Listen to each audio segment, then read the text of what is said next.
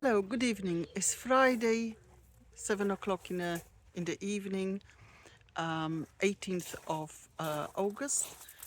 We've been coming almost every day whenever the weather permitted and harvesting cucumbers and tomatoes, but also the runny beans and beans. And yes, we've been eating a lot of those. Um, this week's vlog is about two things. First of all, we're going to do tomato review, which might be posted in the second part. And the first part is about there was recently in on I think on the social media there was an offer for 9.99. You could get 4 fruit trees, dwarf patio type, but it was a potluck. Well, because we roast quite lots of trees and shrubs, I thought, and they were expensive ones. I thought we're gonna do, what worse could happen? They won't grow. These are bare root trees. They have arrived very promptly. For 1998, I've got 10 trees, and I'll show you what we actually got. There's 2 without labels. There is some apples, pears, and cherry. So our little potluck is, let's just have a look. Cherry. Does it say what kind of cherry? No. And this one is pear conference. So we've got 2 conference pears. We've got apple called Coupe Red, and 2 of those. An apple Ida Red, and what's that one? It is also Ida Red. Cherry, pear conference, and another Coupe. Now this one came nameless. Could be anything. I'm trying to see if they actually green underneath. They are.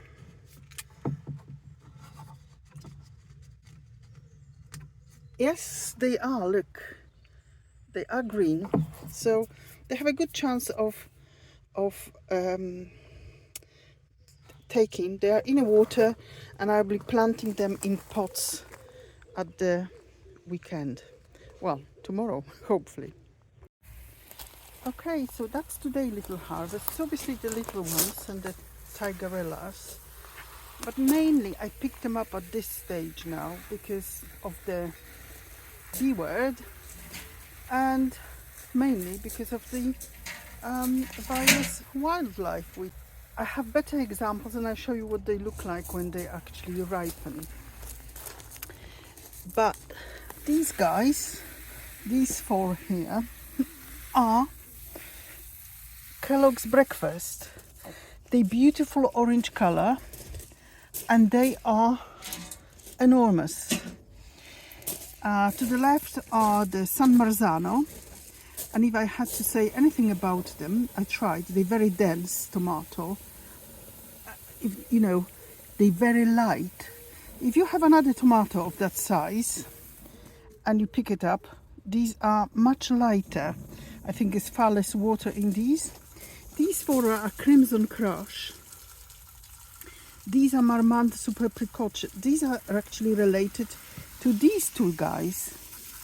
They're not best looking examples, or this one is really kind of weird. But these are Marmande, and these are the Marmande Super Precoce, which is a bigger Provençal tomato. These are the Oxhearts. Well, I love them. And these are the yellow Azojka. They're supposed to be really big, but maybe something is not. Every tomato is different. These are the look how funny they are. This one is Cherokee purple, and I have at home Cherokee purple and Cherokee red, and a brandywine red, I think. So that's how they look like when I pick them up, and I'll show you how they get and what they look like in a full glory. By the way, that's Nigel's little harvest today.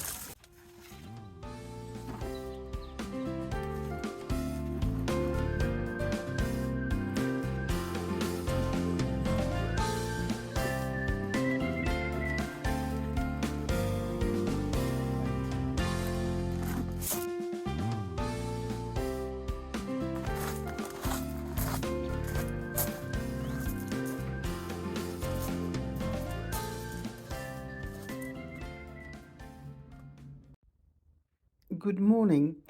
So yesterday we harvested these tomatoes and I brought them home at this stage, but these have been harvested virtually maybe 3 days ago, 4 days ago maximum, and these have been harvested a couple of days ago, so that's how quickly then they ripen up. There is some here from earlier which need to go into the use me box, and here's some San Marzano, and these are yesterday's harvest and a couple of days ago harvest. Let's just have a look at the let's just have a look at some of these better specimens of the varieties I've been talking about. So this one is the Azoichka, best one I have of the Azoichka. They're quite nice, big tomato. They all have a little bit of a cut face on them. Then this one is the Kellogg's Breakfast, and if you see that next to each other, well, they definitely different color. These are definitely kind of yellowy orange, and that is very heavy, big tomato. This would be Marmande, the original Marmande, which is very ribbed, small flat tomato, and that is probably one of the Marmande Super Precoce, but I've got better examples somewhere. Let me just find it for you. And that is San Marzano. They're not massive. There are some big ones on everything, but they I know they can get bigger for in some gardens, but on ours they are sort of slightly bigger than medium tomato. Now these two, I think these are Cherokee, and this one is Cherokee purple. Beautiful tomato, really beautiful color, and this one is Cherokee red.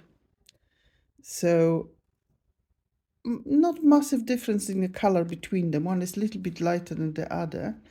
This is my beloved Oxheart. That's a beautiful tomato, and I think this is the only one from Brandywine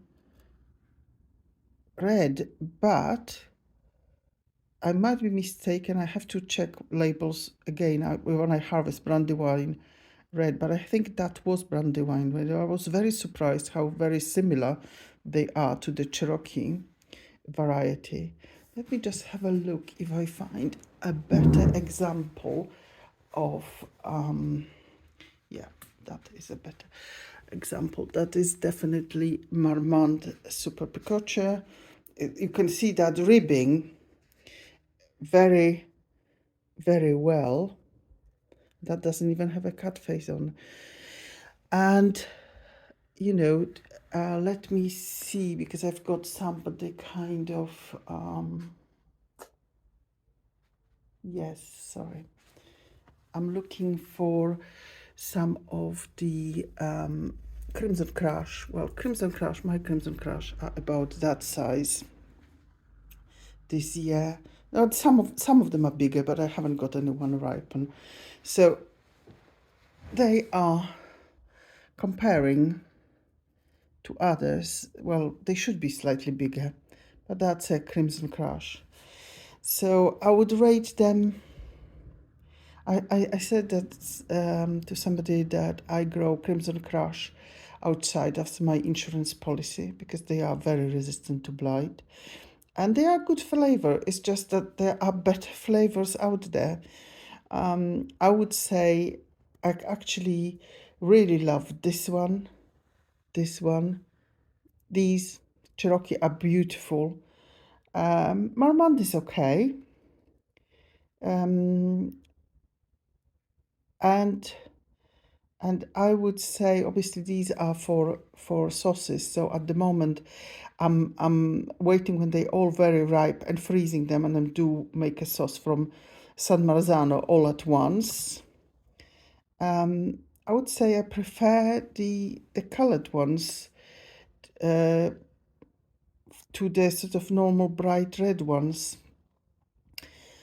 I'm loving the Tigerella little tomatoes. We have quite a lot of those, and they do come as a sort of stripy, but then when they ripen completely, that stripe slightly disappear. Let me just show you.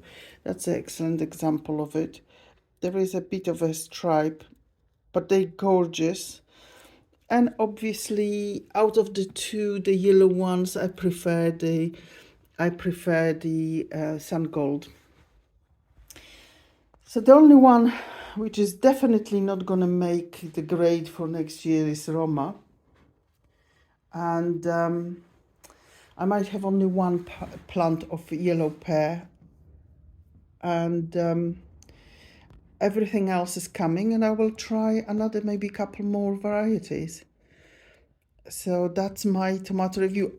The only one I haven't tried so far is the Kellogg's breakfast, because this is the first kind of almost ripe. We still need to wait a couple of days for it to go the proper color, and then I will be able to tell you if I like that or not. I think Nigel doesn't have preferences. As long as it's a tomato, he's happy. So there we go. I will update you on the flavor of this one, because I think it's more unusual. The Kellogg's breakfast. It's a spectacular color. I'm really excited, and I have 4 massive big ones I just brought in more, so we will see. So it's Friday evening, 8 o'clock. It's grey. It's going to rain. We've been down here for an hour, just picking the odd things, tidying, pruning tomato plants in the... Discovering giant cucumbers. And harvesting the odd courgette. Yes. So now it's back home. We had a late night last night, so early night tonight. So we'll be fit for Saturday morning. So it's goodbye from me. And it's goodbye from me.